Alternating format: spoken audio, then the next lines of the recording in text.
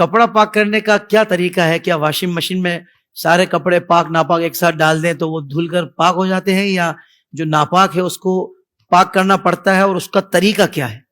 دیکھیے، washing machine کے حوالے سے جو آپ نے سوال کیا کہ پاک اور ناپاک کپڑے جان بوجھ کر ڈالنا، جی، یہ ناجائز اور گناہ ہے، اس لیے اچھا، کہ کسی پاک چیز کو ناپاک کرنا یہ گناہ ہوتا ہے۔ صحیح، اگر میرے علم میں ہے کہ یہ کپڑا ناپاک ہے اور پھر میں اس ناپاک کپڑے کو پاک کے ساتھ ملا کر دھو دوں گا تو ظاہر ہے کہ جو پاک ہیں وہ بھی اس کے ساتھ مل کر ناپاک ہو جائیں گے، یہ ٹھیک گناہ ہے، ہے۔ اس لیے خواتین کو یہ خیال کرنا چاہیے کہ جب وہ کپڑے دھوئیں تو جن کپڑوں پر ناپاکی نظر آ رہی ہے یا ان کے علم میں ہے کہ یہ کپڑے ناپاک ہے تو پھر انہیں ان ناپاک کپڑوں کو پاک کپڑوں کے ساتھ ملا کر واشنگ مشین میں نہ دھوئیں، بلکہ پہلے ناپاک کپڑوں کو علیحدہ کر لیں، ٹھیک انہیں ہے، پاک کیا جائے، پھر ان کو دیگر کپڑوں کے ساتھ ملا کر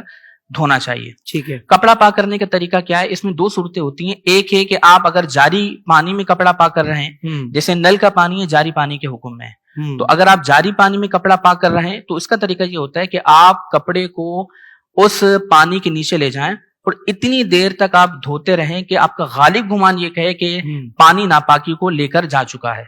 اتنی دیر تک اگر آپ نے دھو لیا تو یہ کپڑا آپ کے حق میں پاک ہے۔ صحیح، لیکن اگر آپ جاری پانی میں کپڑا پاک نہیں کر رہے، مثلا آپ مگ سے لے کر، ایک مگ ہے اس سے پانی لے کر ڈال کر آپ پاک کر رہے ہیں، تو اس میں پھر یہ دیکھا جائے گا کہ وہ جو ناپاکی کپڑے پر لگی ہے کیا وہ سوکھنے کے بعد اس کا جسم بن جاتا ہے یا نہیں بنتا۔ اسے کہتے ہیں نجاست مرئیہ اور غیر مرئیہ۔ نجاست مرئیہ کا مطلب یہ ہوتا ہے کہ ایسی ناپاکی کہ سوکھنے کے بعد اس کی کوئی تہ بن جائے، کوئی جرم وغیرہ بن جائے، تو اسے کہتے ہیں نجاست مرئیہ۔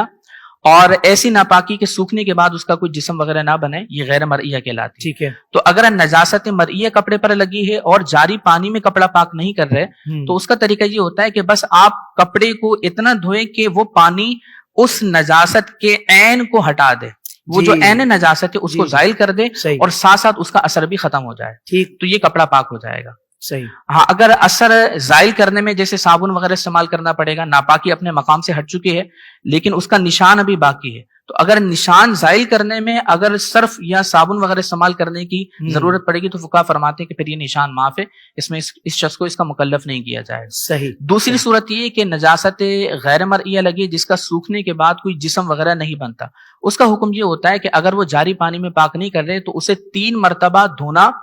ہر بار پوری طاقت سے نچوڑنا، یہ شرط ہوتا ہے، یعنی پہلے اس کو اچھی طرح دھوئیں گے اور پوری طاقت سے نچوڑیں گے کہ کوئی قطرہ نہ گرے، پھر دوسری مرتبہ دوبارہ دھوئیں گے اور پھر دھونے کے بعد پھر دوبارہ اتنی طاقت سے نچوڑیں گے کہ کوئی قطرہ نہ گرے، پھر تیسری مرتبہ دوبارہ اس کو اچھی طرح دھوئیں اور پھر پوری طاقت سے جب نچوڑ لیں گے تو اب یہ کپڑا اور یہ ہاتھ دونوں پاک ہو جائیں گے۔ صحیح۔